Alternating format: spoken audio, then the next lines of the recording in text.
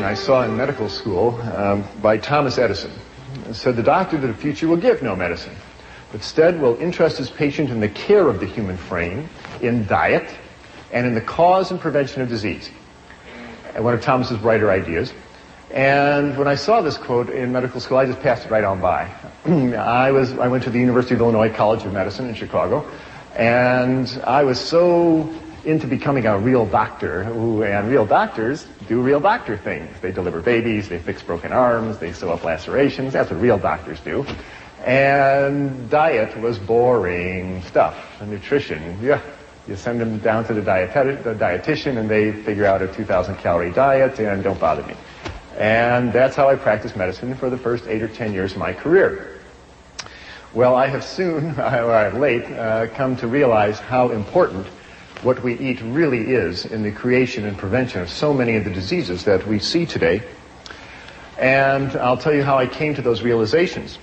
Now, the North American diet has changed. This is not going to be a technical lecture, but I did want to show you this one graph because there's some very significant lines here.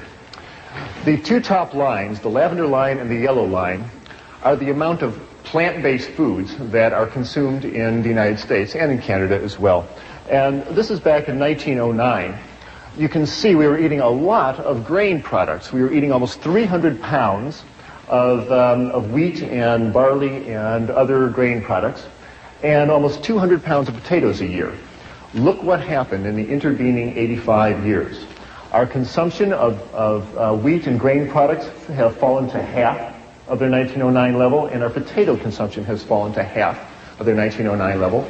Look what happened to the amount of flesh foods that we are eating.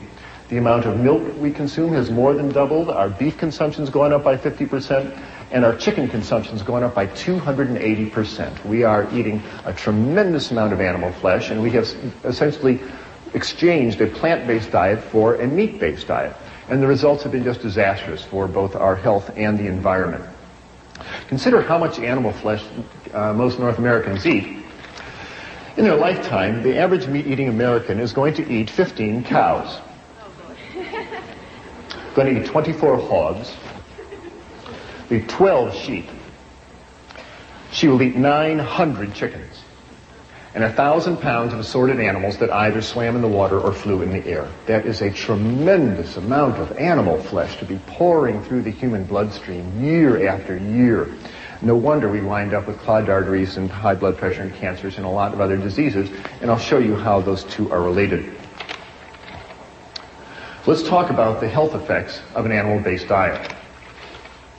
Here it is, the great American dietary catastrophe in all its glory. I grew up thinking this is good food. What's for lunch, Mom? Oh, I got something good for you, son, she'd say. And she would give me some food like this. And my mother didn't know, and your mother didn't know. They didn't know that the sausages and the eggs and the ham were just loaded with fat and cholesterol. And this is a coronary artery thrombosis waiting for some place to happen. Now, what is the effect on your body when you eat food like this? Well, the effect was brought out very dramatically to me about 10 years ago. I was on the cardiovascular anesthesia service. That's the service that deals with people's hearts and blood vessels. And like all good anesthesia residents, I was making my rounds one evening to see my patients for next morning's surgery. And the last patient I was seeing, I pulled back the curtain, and there was Mr. Phillips. Nice fella, but he was just huge. He weighed 290 pounds. And he was booked for a 4-vessel coronary artery bypass procedure. He weighed 290 pounds. 290 was also his systolic blood pressure. It was also his cholesterol level. It was also his blood sugar level. I called him Mr. 290. Nice guy, but really clogged up in his arteries. And because it was late at night, it was too late to call the blood drawing technician up to draw his blood test, I drew his preoperative blood work into a glass tube. And I put it out at the nurse's station, and later I came by to pick up the blood tube and take it down to the laboratory. And when I looked at the tube of blood, I couldn't believe my eyes. When you draw blood into a glass tube and let it sit there for an hour, it separates out into two parts. And the red clot settles to the bottom, and the liquid part of the blood, the serum, rises up to the top. Here you see two tubes of blood, and the tube on the left is normal serum, is normal blood. Here you see the dark red clot. And this golden yellow liquid, this is normal serum. This is what your blood is supposed to look like. But I looked at Mr. Phillips' tube, and it was just shocking. The serum floating in his tube was thick and greasy white. It looked like Elmer's glue. It stuck to the sides of the tube when I shook it. I went back into the room. I said, Mr. Phillips, did you eat before you came to the hospital? He said, yes. I said, what did you have? He said, I had a double cheeseburger and a milkshake. And when he said that, I realized what I was looking at was all the fat in the beef burger, and the butter fat, and the cheese, and the butter fat, and the ice cream, and the butter fat, and the milk had oozed out into his blood and turned his blood fatty. It's a well-known clinical phenomenon. It's called lipemia, and it happens every time you eat a fatty meal. You turn your blood fatty, and your blood stays this way for 4 hours until your liver can clear it out of the bloodstream. If you are like most North Americans and eat bacon and eggs for breakfast and a cheeseburger for lunch and fried chicken for dinner and ice cream for dessert, you're keeping your blood fatty all day. The stuff never clears out of the bloodstream. You keep your blood fatty for 40 years, 50 years, 60 years. What do you think is going to happen to the arteries carrying all that fat? I will show you what happens to the arteries carrying all that fat in a few minutes, but it's a disaster.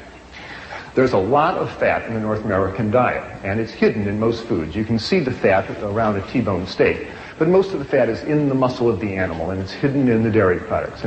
And most of the folks who present food to us don't want us to think about the fat, especially the fast food industry. They really don't want you to think about how much fat is in their burgers and hot dogs, except one chain of fast food restaurants in Los Angeles. There is one burger chain that is very forthright about the reality of the fat content of their diet, and they come right out and tell you clearly on their marquee about the product that they're selling. Now, if you stood outside the exit door of this restaurant or McDonald's or any other fast food restaurant where people are shoveling in their cheeseburgers, if you stood at the exit door with a needle and a syringe in your hand and drew blood on the people walking out the exit door, what you would see is most of the blood would be as fatty as Mr. Phillips' blood tube. Now, they're all in there making the blood fatty. If you ever have a big cheese pizza and a bowl of ice cream afterwards and you feel a little greasy on the inside, it's because you really are. You really go greasy on the inside. Animal fat comes in 3 flavors in the North American diet. It comes in the form of red meat, and the fat is in the meat. It is in the fibers of the animal's muscle, and just trimming off the white fat around the edge of the steak really does not lower the fat and cholesterol content significantly of the meat. So red meat is the #1 source of fat and cholesterol in the North American diet. The second is the yolk of hen's eggs. The egg of a chicken is meant to hatch baby chicks.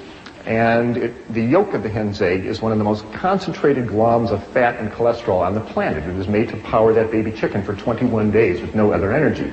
And when you run egg yolks through your bloodstream, you turn your blood fatty, just like Mr. Phillips.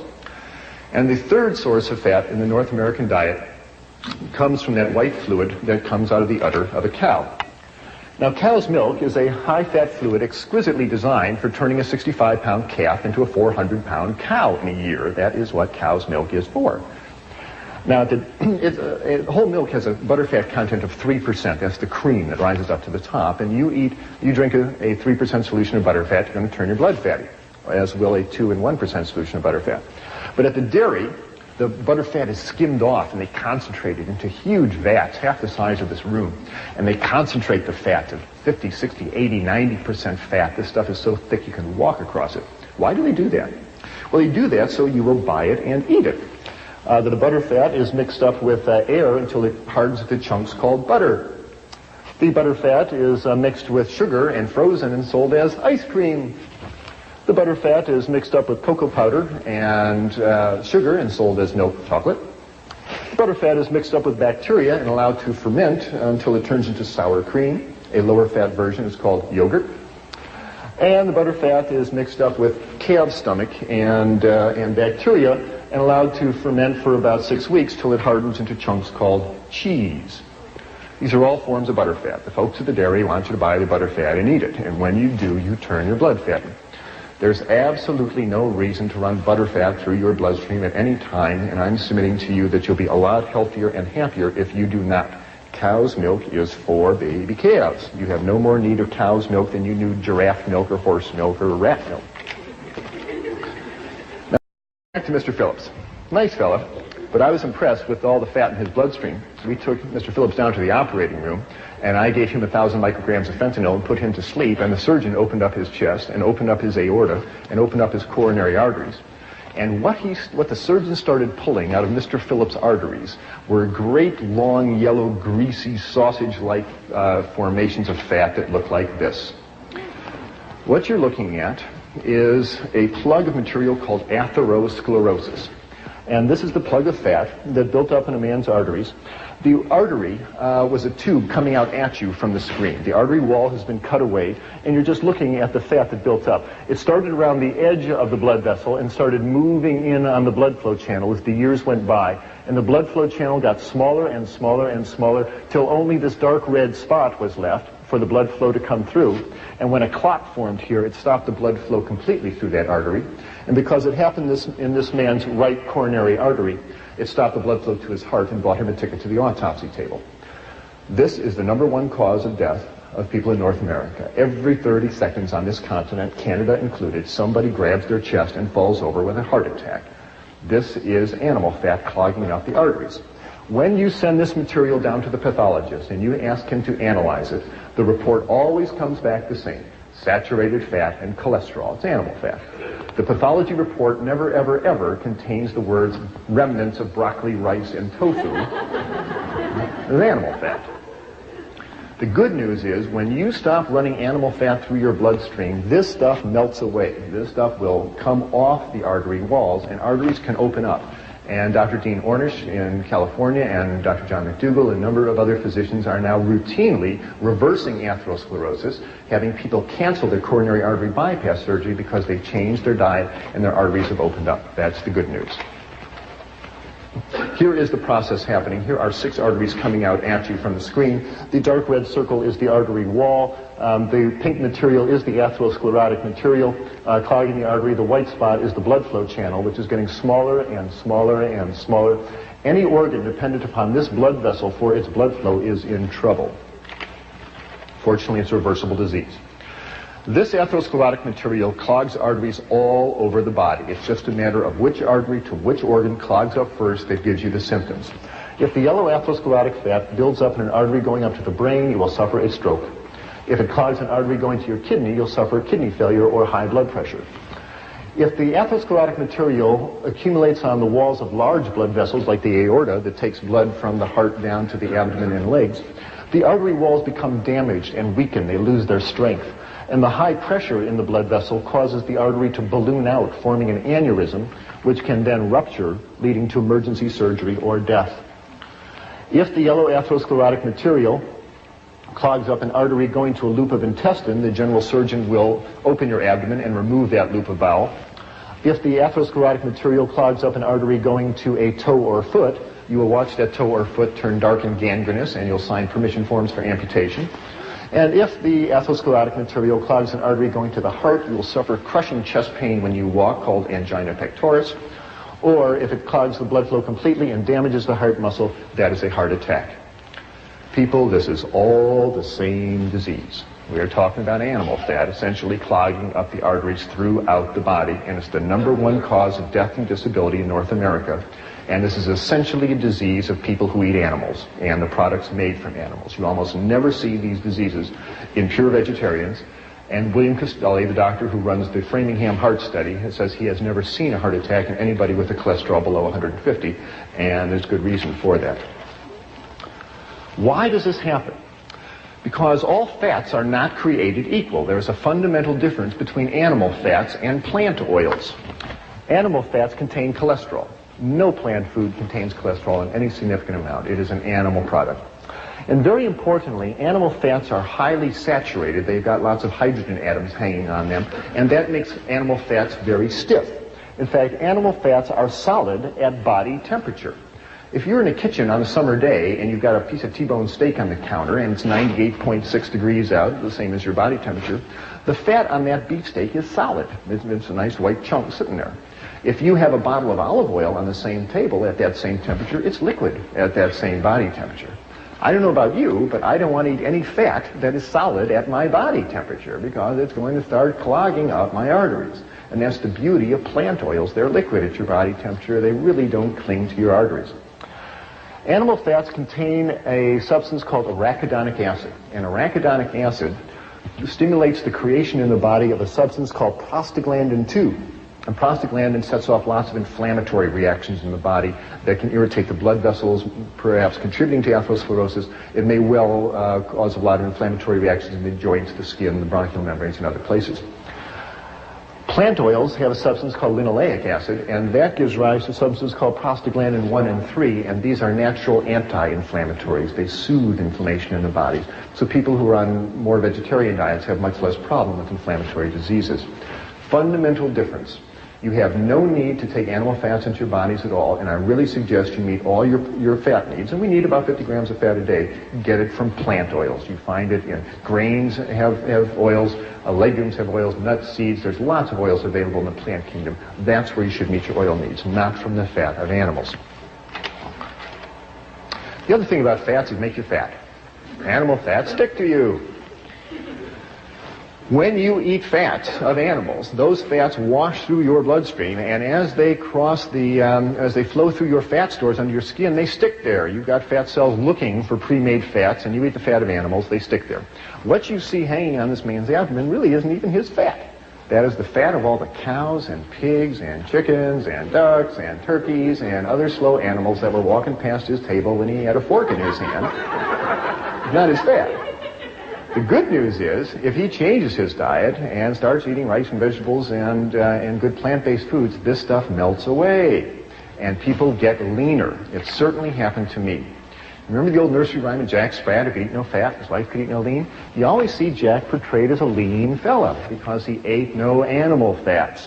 Mrs. Sprat's always seen sitting down. She has a hard time getting up. Her knees hurt her, her blood pressure goes up, her diabetes gets out of control, so she should be sitting down.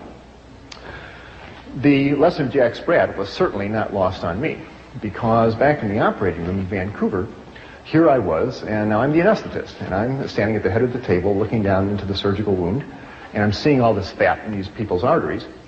And I did most of my growing up on a dairy farm in Wisconsin. I've been milking cows since I was 6 and driving tractors since I was 8. And not only was Mr. Phillips eating all these animals, but so was Dr. Clapper. And I was eating cheese and chickens and various other slow animals, and I was getting concerned. Not only should my patients not run all that fat to their bloodstream, but this old doc shouldn't either. So I said to myself, if you don't have to run all this fat to your bloodstream, must you? What is the nutrients in meats and dairy products that if you don't eat them, you're going to be deficient of? So I opened up my books on biochemistry and physiology and nutrition, and guess what I found? There is absolutely no nutrient, no protein, no vitamin, no mineral, no nothing found in meats and dairy products that you cannot obtain on plant-based foods.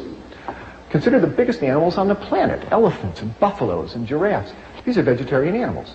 They grow to thousands of pounds of muscle and bone without ever eating cheeseburgers and pepperoni pizzas. We can do the same. We can certainly build our 140 pounds or whatever it is you need to build in your body. The human body has absolutely no nutritional requirements for animal flesh. If you open up Harrison's textbook of internal medicine, you will find no disease listed acute cow flesh deficiency. And there is no chronic chicken flesh deficiency. There is no such disease because we have no need for these substances whatsoever. Animal fats, they clog you up and they make you fat. 2 good reasons not to eat them. Here's a couple of more. It seems to be fairly clear as study after study comes out that if you are eating large amounts of fats in your diet, you are significantly raising your risk for cancer. If you are a woman eating a lot of fat in your diet, and that's talking about the hidden fat in cheeses and meats, etc., you increase your risk of cancer of the breast. Here are some countries that are compared by how much fat is eaten versus how many women die of breast cancer. And you can see that the Americans and the Dutch, with their big dairy industries, lead the way in not only fat consumption, they lead the way in breast cancer deaths. Thailand is a Buddhist country. They eat very little meats and dairy products, and breast cancers are so rare there, if you find a case of it, you report it at Grand Rounds. This seems to be a disease of diet, of a high-fat diet. If I were a woman with breasts and I wanted to decrease my chances of getting breast cancer, I would get the fat out of my diet. And that includes excessive amounts of vegetable oil. You need a little bit of vegetable oil, but you don't want to slather 2 cups of corn oil over your spaghetti for any reason. Men are not spared the ravages of a high-fat diet either, because when a man eats lots of animal fats, those fats are turned into male hormones called androgens. And androgens stimulate the prostate gland to get big. In our society, when a man reaches 60 or 70 and his prostate gland gets big, his doctor puts his arm around the patient and says, well, George, that's just part of getting old, your prostate gland's getting big. No, it's not. That's 70 years of running androgen through that prostate gland. No wonder that gland gets big, and prostate cancer is the number one killer of men. And if you compare countries of the world versus how much fat is eaten and how much men die of prostate cancer, sorts out just the same way. The more fat that is eaten in a country, the more the men die of prostate cancer. And again, it's a very rare disease in Thailand, where people eat rice and vegetables and traditional foods. So, animal fats. They clog you up, they make you fat, and they increase your risk for a number of types of cancers. There's 3 good reasons not to eat animal fats, and as I said, there's absolutely no reason to eat them ever. Now, I'm describing problems with eating animal flesh. They have too much fat, and that includes chicken and fish. Fish has a tremendous amount of fat and cholesterol in it, and chicken flesh is very fatty food. If you ever watch your mother make chicken soup, you ever see all that fat that rises up to the top there? Don't kid yourself that chicken is lean meat. It is not. There's just as much fat and cholesterol in chicken as there is in beef. Animal muscle is animal muscle, and when you eat it, it raises the level of fat in your blood, and you do not need it. There's another problem with eating animal flesh.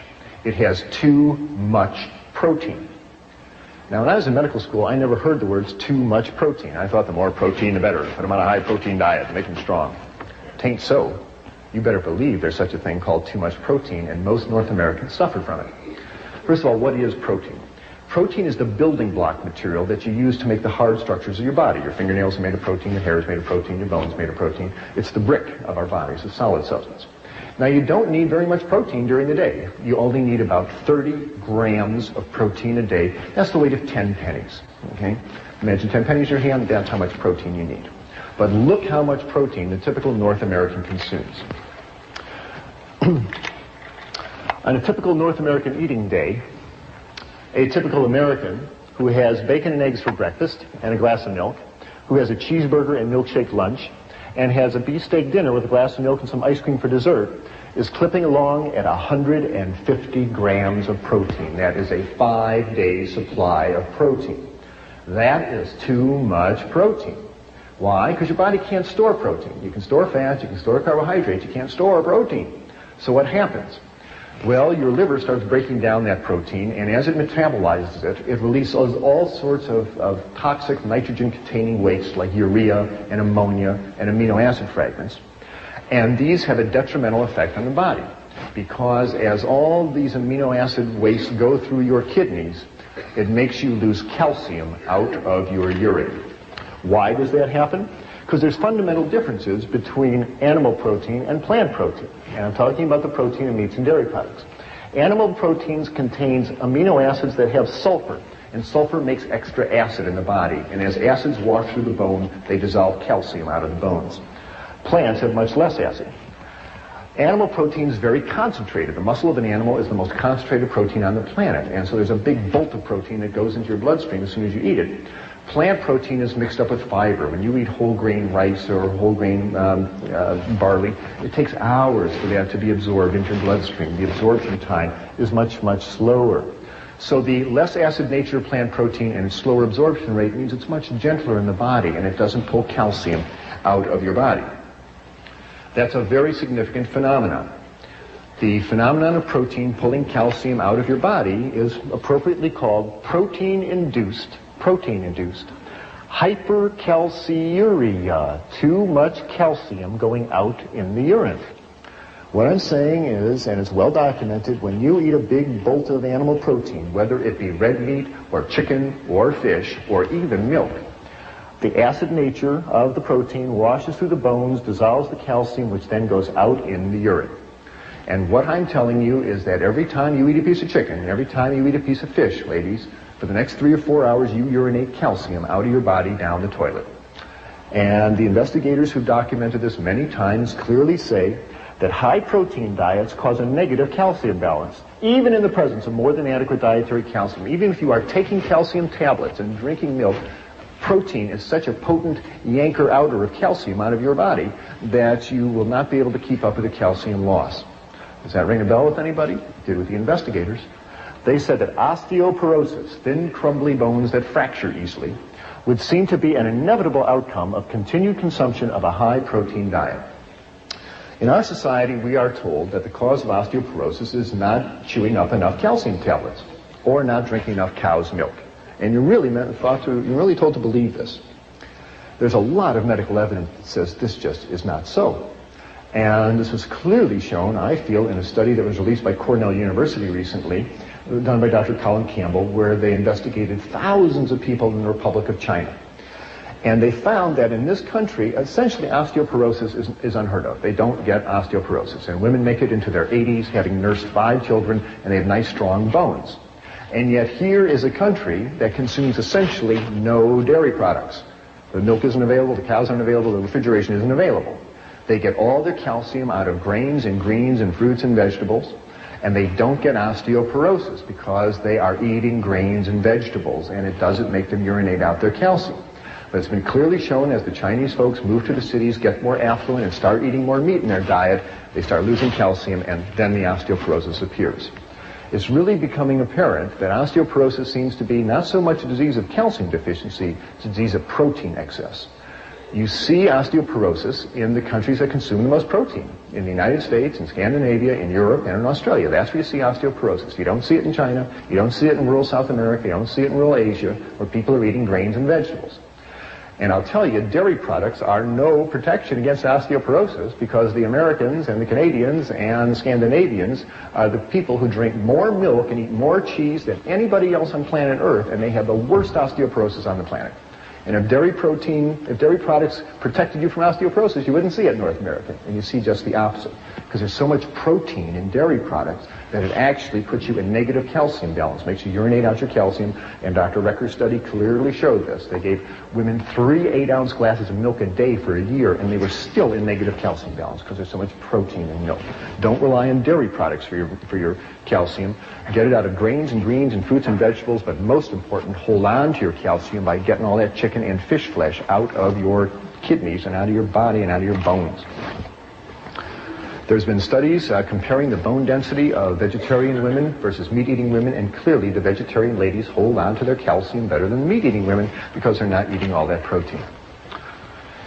The third problem with the North American diet, outside of having too much fat and too much protein, is that it has very little fiber in it.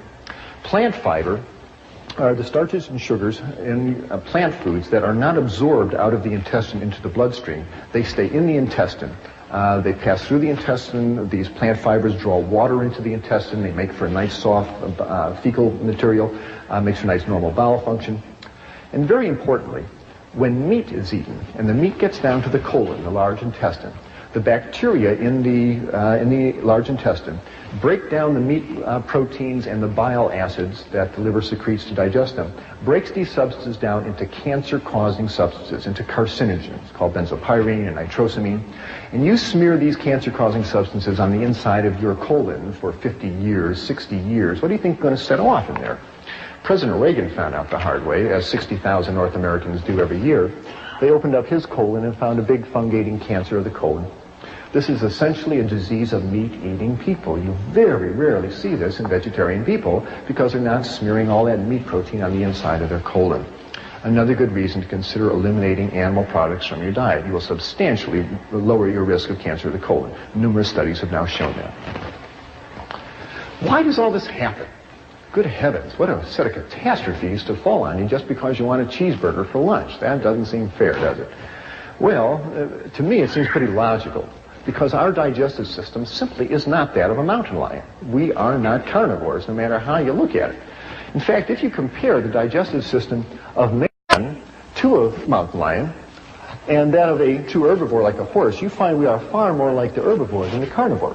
If you look at the mountain lion, you'll see that the jaw joint is an up and down vertical hinge. Jaws of your house cat and mountain lions open up and down like a trapdoor. They cannot chew from side to side if they wanted to because their jaw joint won't permit it. Horses, antelope on the other hand, have nice sliding jaw joints that permit them to chew in a rotary motion. And that works very nicely with their flat grinding molar teeth in the back of their lower jaw, which allows them to grind up grains and greens and grasses. That is exactly the same arrangement that you and I have. We have nice sliding jaw joints and flat grinding molar teeth. The back teeth of your house cat or a mountain lion are overlapping, shearing fangs for tearing flesh. We really don't have carnivorous teeth. The stomach acid of a mountain lion is 20 times more concentrated than that of either a horse or a man, because mountain lions are digesting flesh, which is protein that needs a lot of acid. These animals are digesting carbohydrates that require a lot less acid to digest. And finally, the mark of the intestine is a very key differentiating point. Whoever designed the mountain lion seemed to know again that when meat sits in the colon, it breaks down into carcinogens. And those cats do not want that meat sitting in the bowel for very long. And on a mountain lion, the intestine is 12 feet and out. It's time to move that stuff right out. That's a mark of a carnivore. The herbivores have the opposite situation. Horses and antelopes and gazelles are chewing up plant fiber all day. Their enzymes need a long time to break down all the plant fiber. So it's in the herbivore's interest to have a great long intestine, and herbivores do, and so do we. If you were the size of a horse, your intestines would be 1.5 times the length of a horse's intestine. We have great long herbivorous intestines, not very much acid in the stomach, flat grinding molar teeth, and sliding jaw joints. We are way more designed like an herbivore than a carnivore. Now, I'm not saying we are complete herbivores, and we do have the ability to digest small amounts of meat, I believe, as an emergency ration to get us through times of famine. But if you eat a diet of all meat, like a mountain lion, you'll die. If you eat a diet of all vegetable products, you'll thrive, and that's been shown throughout history. Now, when I make these comparisons, inevitably somebody points to their canine teeth in their upper jaw and they say, aha, what about these? Why were we given sharp teeth like this if we weren't supposed to be eating meat? To that, I can only reply that these canine teeth in our upper jaw work very well for biting into apples and bananas and potatoes, but they really aren't carnivorous teeth. If you want to see what a set of real carnivorous teeth look like, here they are. Now, if your teeth look like this, you can walk into McDonald's, order 3 Big Macs, say, don't bother to cook them, I'll take them just like they are. But seriously, if you look at the canine teeth on this big cat, compared to the central incisors, you'll see the canines are much longer than the central incisors.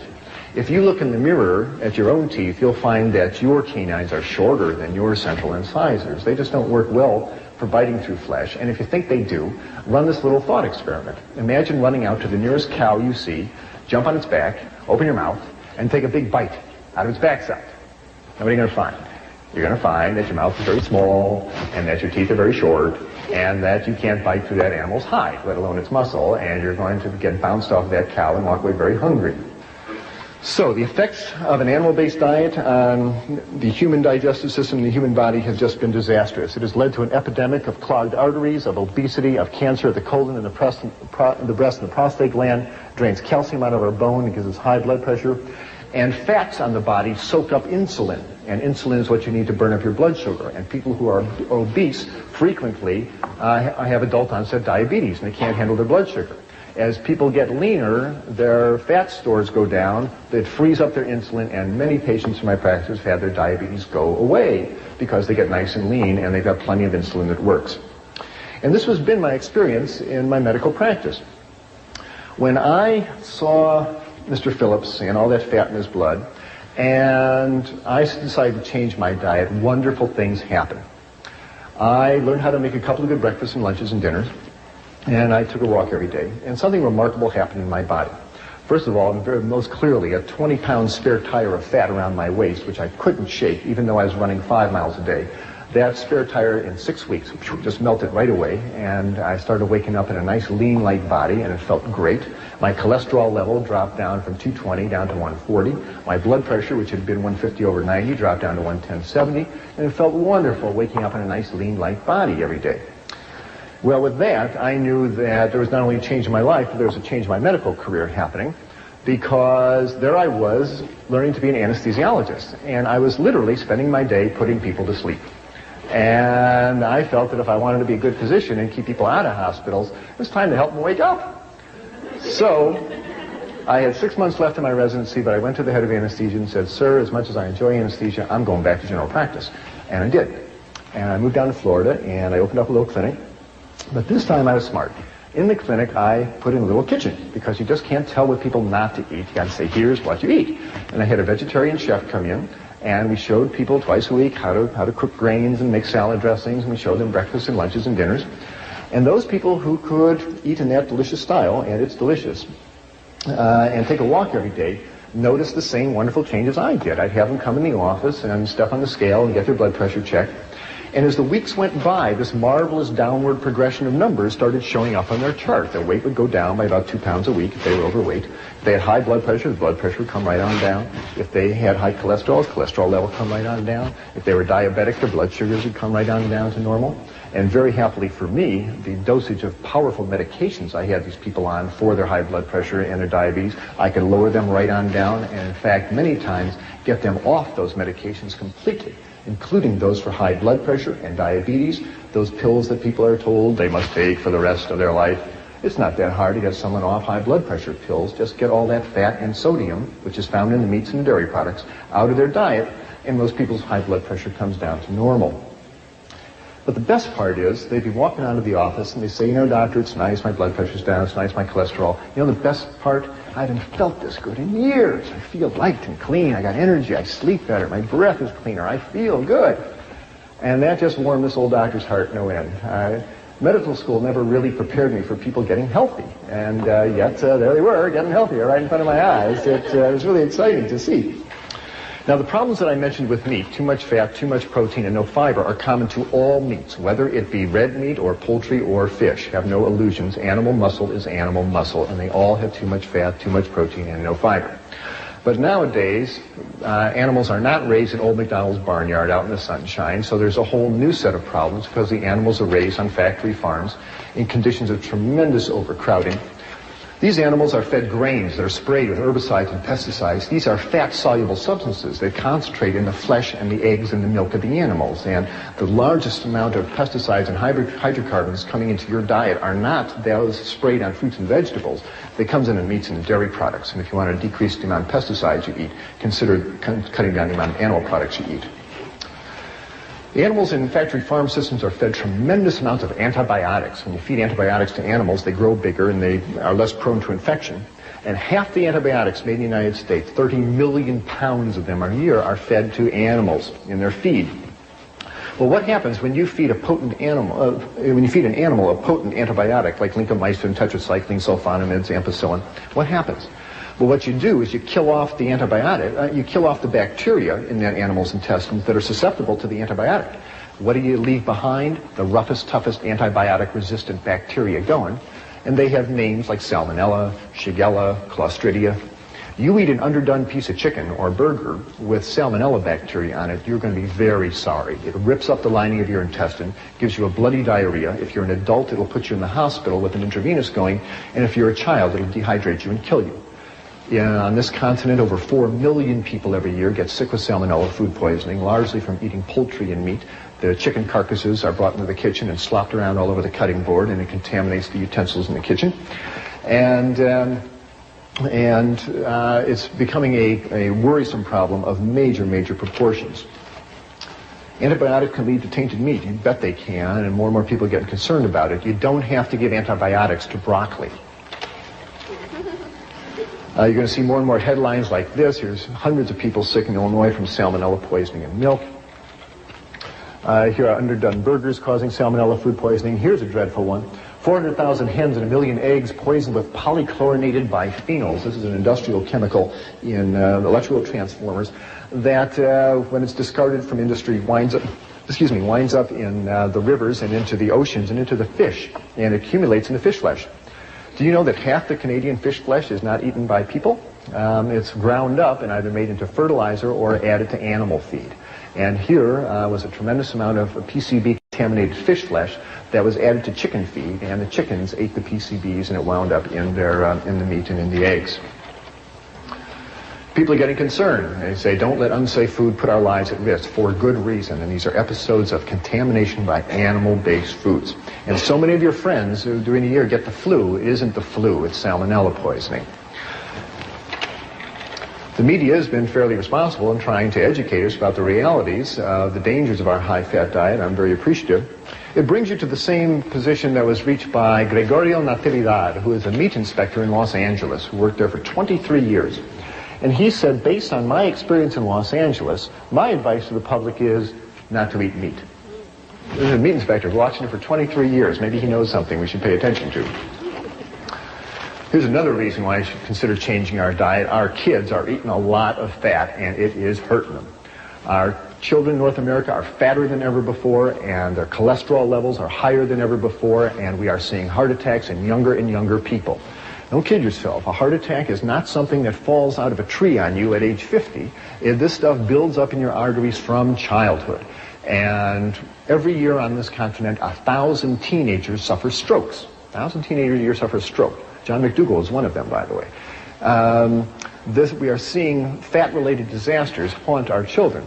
And researchers at Louisiana State University clearly say we should decrease the amount of fat we are feeding our kids. Here's USA Today announcing that study, recommending we lower the fat contents of our children's food.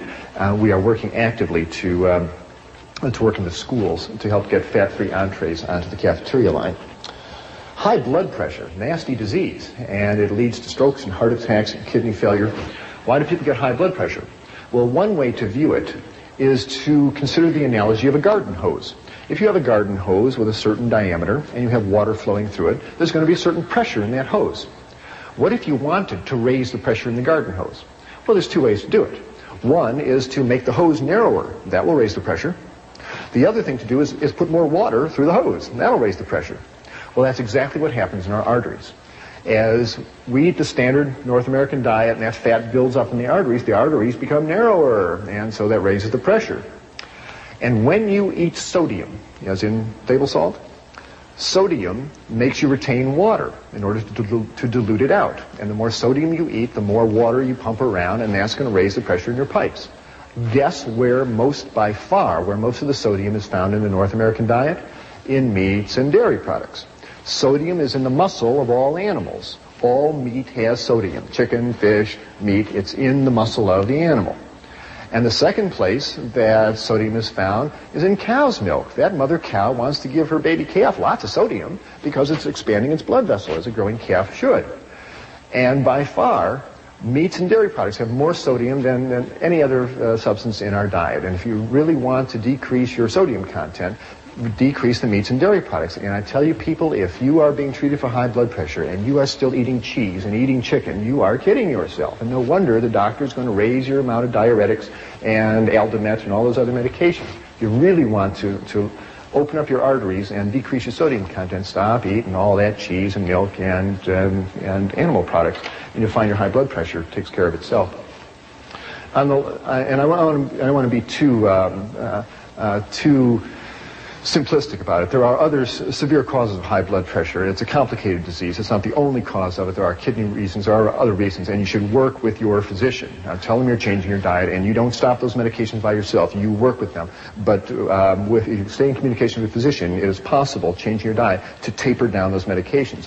And I've found numerous times the doctor better taper down those medications because as people change their diet, reduce the fat and salt, the potent medications we have them on become too strong, and people start passing out when they stand up. It's important that the doctor tapers down the medication. So tell him or her that you're reducing your sodium content and work with them. You'll often be able to get off your medications or at least substantially reduce them. Premenstrual syndrome, PMS. Whoever thought that had anything to do with diet? Certainly does. When a woman eats animal fats, again, that substance prostaglandin 2 is released in her body, and prostaglandin 2 makes the uterus constrict, it makes her retain fluid, it makes her get irritable. Premenstrual syndrome. I can't tell you how many women in my practice, when they've eliminated the meats and dairy products for other reasons, for blood pressure reasons or obesity reasons, a few months later they're walking out of the office and say, you know something, by the way, my PMS went away. My last 3 periods haven't bothered me at all. Isn't that amazing, doctor? No, it's not amazing. The lady stopped running fat through her bloodstream and changed her prostaglandin balance, and her body's a lot happier. These conditions that I'm telling you improve with a vegetarian diet. I'm not trying to say it's a panacea. I think the opposite situation exists. Why do we have all these diseases? I think it's analogous to pulling into a gasoline station with your car, and instead of pulling up to the gas tank and putting a gas pump and putting gasoline in your car, you pull up to the diesel pump and you put diesel fuel in your tank, which is kerosene. Now, kerosene is too oily. And what happens? You drive away and there's black smoke coming out the tailpipe, and there's crud building up on the spark plugs, and the engine runs rough and it stops. And you get towed back into the garage, and the mechanic asks you, what are you burning in for fuel? And you say, well, kerosene. And he says, well, I have an idea. Why don't you try gasoline? And you put gasoline in the car, oh, works great. Oh, the black smoke disappears, the engine hums along, and you think about the mechanic and say, oh, he's so smart. He's not so smart, he just told you to put the proper fuel in the engine and it'll run fine. Similarly with us. Animal fats are too oily, they're too greasy, they stick to us, they clog us up. Your body cells burn carbohydrates. Your Krebs cycle enzymes burn carbohydrates. We burn sugars and starches. That's what you want to run your body on, not animal fats. Which brings us around to the Seibu Lions of the Japanese Professional Baseball League. More and more world-class athletes are realizing that our body cells burn sugars and starches, not fats. And if you are an athlete about to run a marathon or play tennis or basketball, it is just irrational to sit down to a big T-bone steak and load up on fat and protein. That's exactly what you don't want. You want carbohydrates. And training tables around the world are springing up with fruits and pastas before a match, and that's really what athletes should be eating. Seibu Lions finished in last place in their league in 1981. Their coach put them on a vegetarian diet. The next year they came up, beat everybody in the league, and took the league championship 2 years in a row. There are now vegetarian weightlifters, and Andres Cowling, Mr. Universe down in California, is a vegetarian. James Donaldson, the big 7'3" and center of the Dallas Mavericks, is a vegetarian. There's marathon runners that are vegetarians, cyclists, tennis players. You don't have to eat a bull to be as strong as one, that's for sure.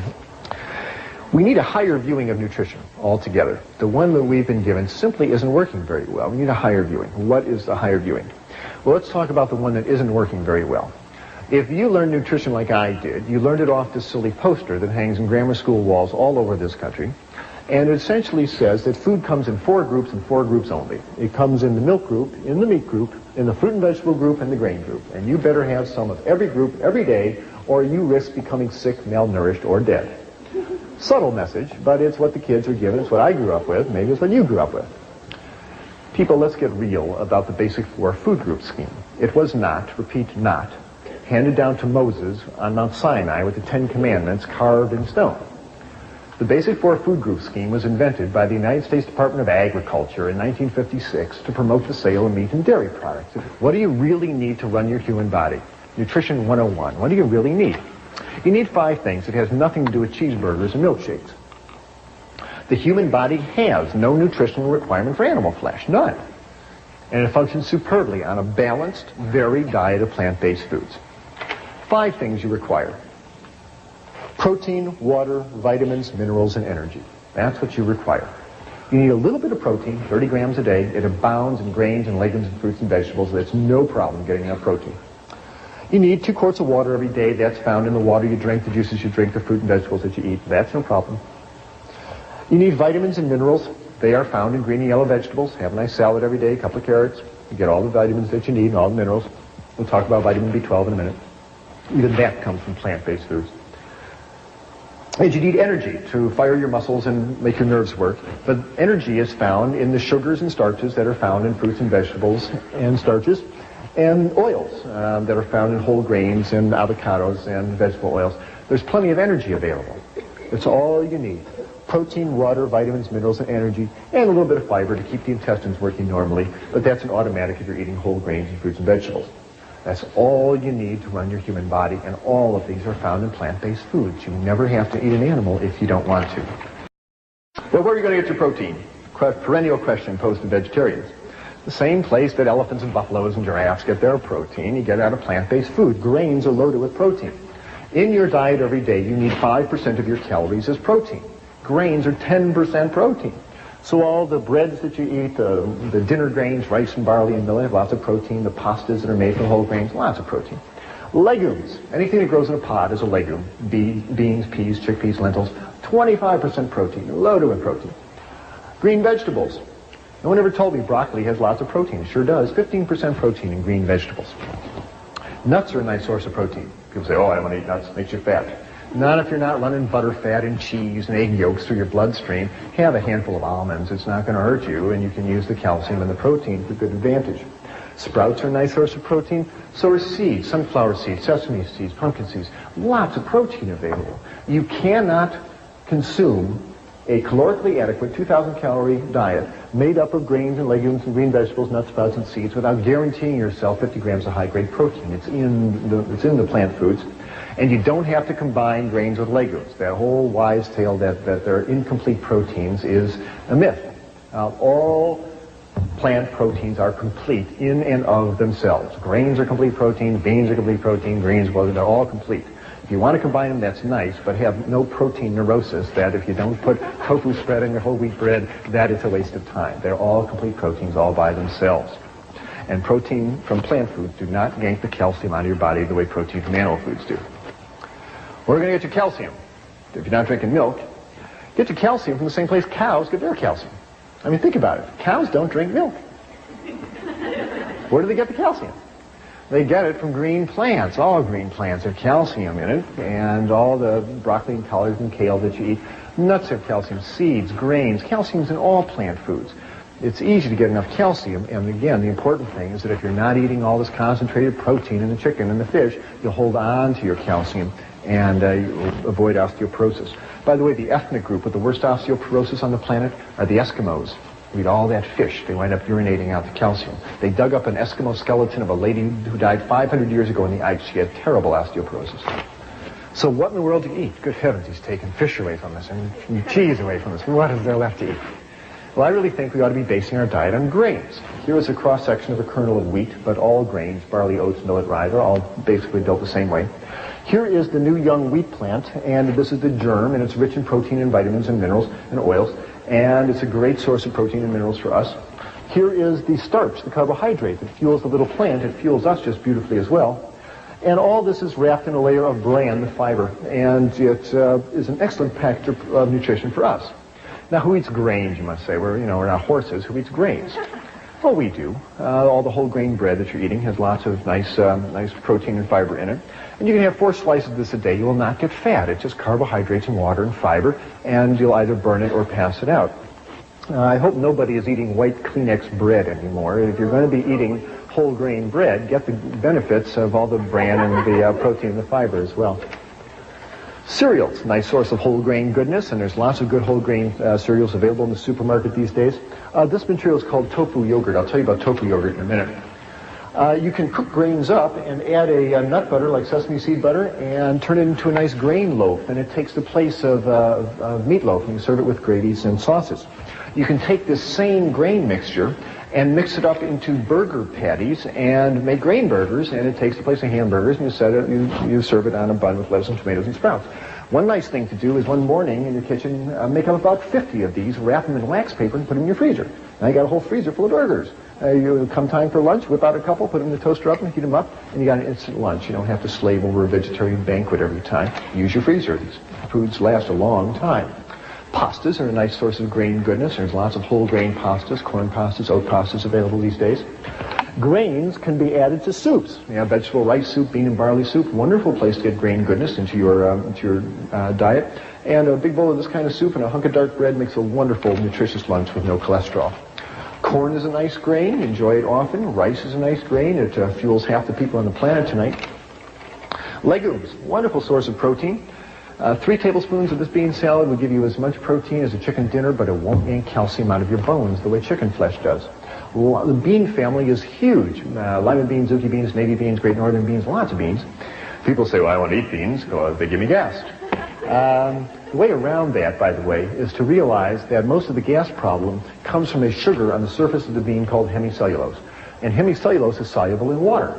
So, if you're going to be making bean soup or bean chili, the night before, take the beans, put them in a pot, cover it with water, and let them soak overnight. The next morning, spill off the soaking water, rinse the beans a couple times, and you'll get rid of most of that hemicellulose and stay a lot more socially acceptable to your friends. Lentils, nice source of protein. Soak them, season them, enjoy them. Probably the legume protein that's consumed most by vegetarians is soy protein in the form of tofu.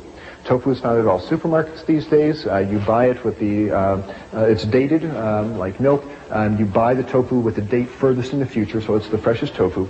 Take it home, open the package, spill off the soaking water, take the block of tofu, put it in a bowl, cover it with water, and you store it in your fridge under water. Every morning just change the tofu water, and it'll keep for a while, but it shouldn't keep that long in your fridge. You ought to use it. Now, some people say, I tried tofu once, yuck, it's bland and yucky, it doesn't taste good. Well, that's because tofu is a raw ingredient. Pastry flour doesn't taste great either until you do something with it. You got to make it into cookies and cakes. Same thing with tofu. What do you do with it? Well, lots of things. It's a great meat substitute. It's a great transition food, even though it's a processed food. You can cube it up and put it in your stir-fried vegetables, and it takes the place of meat. We've got protein here. There's soy protein in the tofu, green vegetable protein in the broccoli, nut protein in the walnuts. There's lots of protein. Serve this over rice and noodles, and you'll get easily the protein that you would out of a meat meal, but without the calcium-losing effect of all that animal protein. Tofu can be cubed up and added to salads. It takes up the place of, the salad dressing and enhances the flavor of the salad.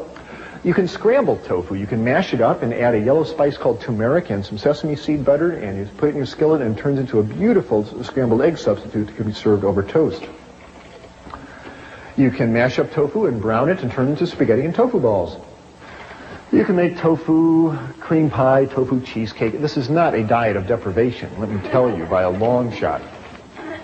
This slide is to remind me to tell you that you should not eat all your foods all processed. The more you cook food, the deader it gets. You heat up food and it starts losing vitamin contents, the proteins coagulate, the fats denature. Cooking food devitalizes it. Eat as much of your diet as you can raw and fresh or lightly steamed vegetables. My diet now is about 60-40 raw, 70-30 raw, around there. I can't do a whole raw diet right now. It's not time for me to do that. When I try to do that, I lose weight and start dreaming about potatoes and spaghetti, and so I go back and eat cooked foods. But when I eat all cooked foods, I'm loggy and heavy, and that doesn't feel good either. So think about moving your diet more towards uncooked foods. Vegetables, again, should be lightly steamed or just a quick stir fry and a walk and out. Don't deep fry anything. Keep that food as fresh and vital as you can. I'm here to help dispel illusions. This is the kind of attitude we can no longer afford. We got to stop kidding ourselves about what we are doing on this planet, because our dietary and lifestyles are ripping this planet up. Victor Hugo said, "No army is as powerful as an idea whose time has come."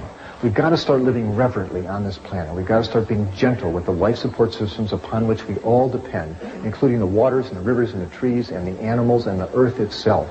And changing our diet, along with controlling our population and getting clean energy supplies, controlling our diet is absolutely key. You have that power every time you're in the supermarket or the restaurant. People say, think globally, act locally. There's nothing more local than your dinner plate. And you have the power to make yourself healthier and the planet. If I had to summarize this lecture in a single sentence, it's this. The single most effective thing anybody can do in order to make themselves personally healthier and make this ecosystem more stable and life-preserving is to reduce or eliminate the animal flesh in your diet. It is the single most effective thing that you can do. If we will do that, we will not only ensure a better future for us all, but we will redefine the relationship we have with every creature on this planet. If you want to know more about transitioning to a healthier diet, please stay tuned for information on available support materials.